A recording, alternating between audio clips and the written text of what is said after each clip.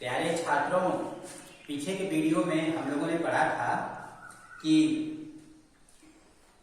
Station पर जो शरारती बच्चे थे वो साधारण चीजें जो है बना करके बेच रहे थे और उनके बारे में हम लोग पढ़े थे कि शरारती बच्चों के जो माता पिता थे, उनके जो रिलेटिव थे, वो आकर के भीड़ भाड़ वाले वो मतलब आकर के बाजार में बस गए थे।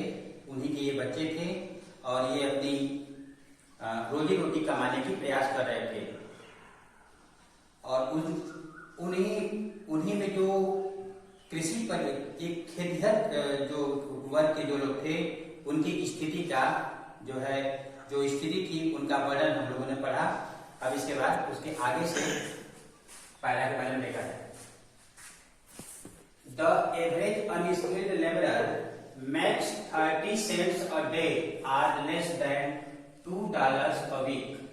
लेखक कहते हैं कि एक औसत दर्जे का अकुशल मजदूर, अनस्किल्ड का मतलब अकुशल मजदूर, मैक्स 30 सेंट्स 30 सेंट कमा पाता है और डे माने एक दिन में। लेखक कहते हैं कि एक औसत दर्जे का अकुशल मजदूर एक दिन में 30 सेंट ही कमा पाता है और लेस देन $2 a week, या एक सप्ताह में $2 से कम कमाता है। $2 less than $2 a week। There is one meal a day। meal means भोजन। एक दिन में एक बार ही भोजन कर पाता है, उसको एक दिन में एक ही बार भोजन मिल पाता है और उस भोजन में एन ओनियन एक प्याज होती है, अ पीस ऑफ ब्रेड एक रोटी होता है, a bowl of pulse with milk दूध के साथ एक कटोरा दाल होता है, परहैप्स और शायद अ बीट ऑफ गोट चीज और शायद ही उसको बकरी के दूध का पनीर का एक टुकड़ा मिल जाता है। No tea, no coffee, no fat, no sweets, no meet.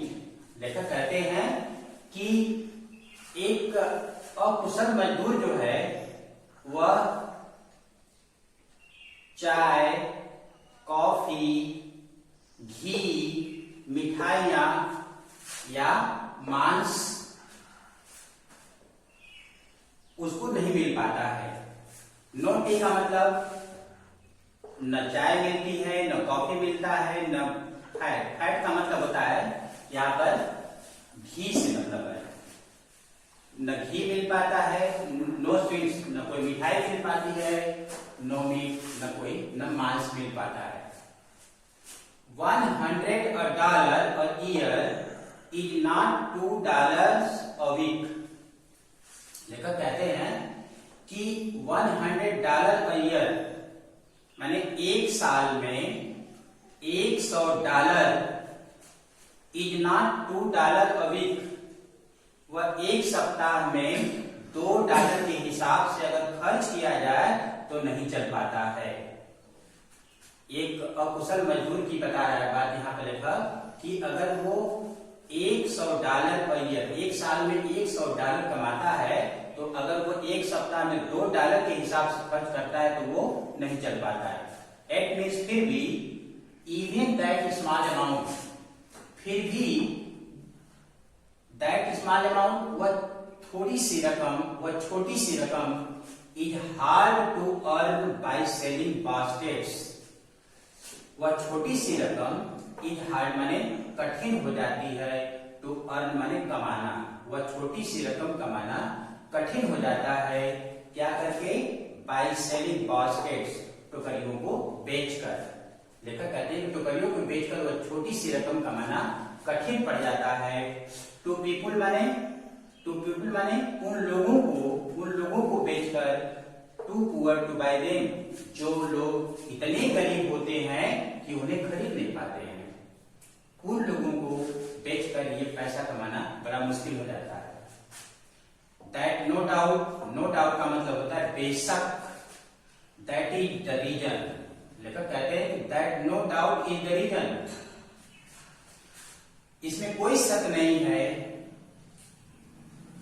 इसका जो वजह था, कारण जो था, जो कारण है, करेक्ट, बेशक यही कारण है कि दीज लिटिल चिल्ड्रेन, ये छोटे बच्चे, descended on me like locusts on me,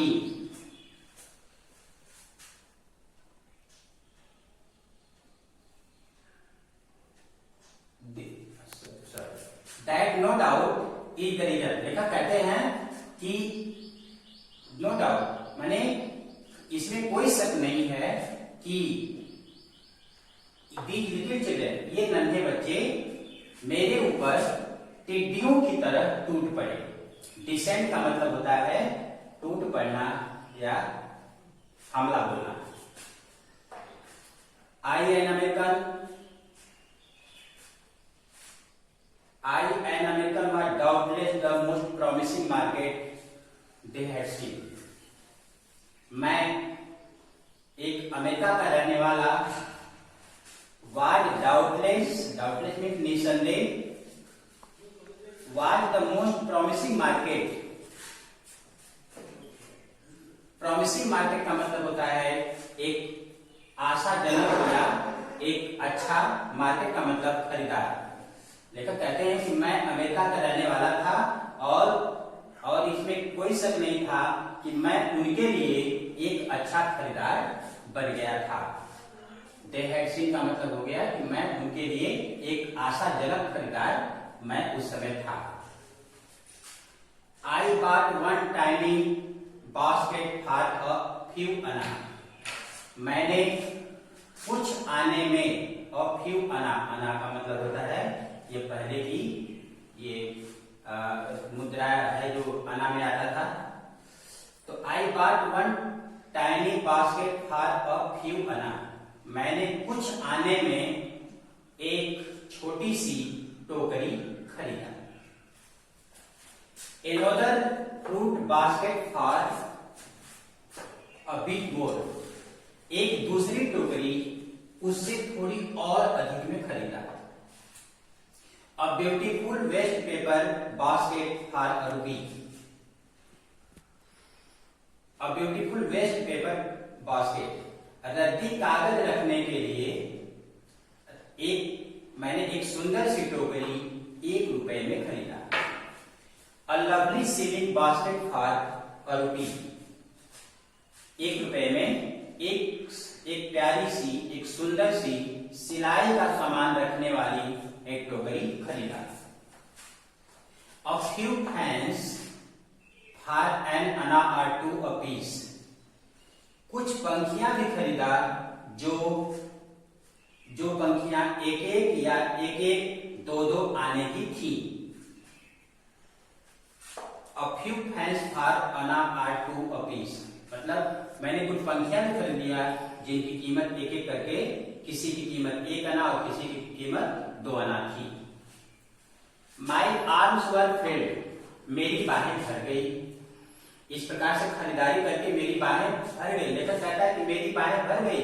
And I had no spent 50 cents, और मैंने 50 cents 50 सेंट से अधिक पैसा खर्च मेरा नहीं हुआ था। The children passed in shouting their wares, the children passed in, बच्चे आ जा रहे थे। shouting their wares माने अपने सामानों का, अपने सौदे का आवाज लगाते हुए, बोले लगाते हुए। लेखक कहते हैं कि बच्चे जो थे, जो शरणार्थी बच्चे थे, वो अपने सामान की बोली लगाते हुए पास्ट इन हो रहे थे, मतलब आ जा रहे थे। I was a prisoner, completely surrounded, unable to move। मैं completely surrounded, पूरी तरह से घिर कर, unable to move, इधर उधर न हिल पाने के कारण आई वॉज ए प्रिजनर, मैं एक कैदी के जैसे हो गया था, मैं कैदी बन गया था। The most diligent aggressive vendor was a beautiful girl of 9 right in front of me. एक बहुत ही डिलिजेंट का मतलब होता है परिश्रमी, और एग्रेसिव का मतलब होता है आक्रामक, मतलब शान वाली। वेंडर का मतलब होता है विक्रेता।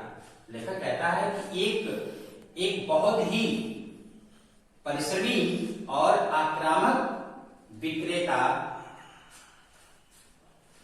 Was a beautiful girl of 9, एक 9 साल की सुंदर लड़की थी, 9 साल की एक सुंदर लड़की थी, right in front of me, जो ठीक मेरे सामने खड़ी थी। right in front of me, in front of का मतलब होता है के सामने, मेरे सामने खड़ी थी। She had a lovely basket with handle, उसके पास हैंडल वाली एक सुंदर टोकरी थी। हैंडल वाली, विथ हैंडल का मतलब हैंडल के साथ, या हैंडल वाली। And she wanted a rupee and a half for it, और वह उस टोकरी की कीमत, she wanted a rupee and a half, और रुपी का मतलब 1 रुपया, और एंड हाफ का मतलब 1 रुपये का आधा, अर्थात 1.5 रुपया। वह उस टोकरी की कीमत 1.5 रुपया चाहती थी, अथवा अबाउट 30 सेंट्स, या करीब 30 सेंट जो है वो उसकी कीमत चाहती थी, पाना चाहती थी। She was an earnest pleader, लेखक कहता है कि वह कैसी थी? Earnest pleader. अर्नेस्ट का मतलब होता है गंभीर। वह गंभीर स्वर में आग्रह करने वाली लड़की थी, अर्थात उसका आग्रह करने का तरीका बहुत ही गंभीर था। There were tears in her eyes, उसकी आंखों में आंसू भी थे। There were tears in her eyes, उसकी आंखों में आंसू थे। She pleaded and begged in tones, she pleaded, वह विनती की, and begged माने वह याचना और प्रार्थना। She begged and she pleaded and begged, वह याचना और प्रार्थना in tones, ऐसे स्वर में की, ऐसी आवाज में कर रही थी, या की, दैट माने की, that would ring any heart, जिससे किसी का भी हृदय द्रवित हो जाएगा। अर्थात वह, लेखक का कहना है कि वह ऐसे भाव में, ऐसे आवाज में वह विनती कर रही थी, जिससे कि मेरा हृदय जो है द्रवित हो गया। यानी किसी का भी हो सकता है, अर्थात लेखक कह रहा है कि मेरा हृदय द्रवित हो गया, मुझे उस पर दया आ गई। Thank you for watching this video.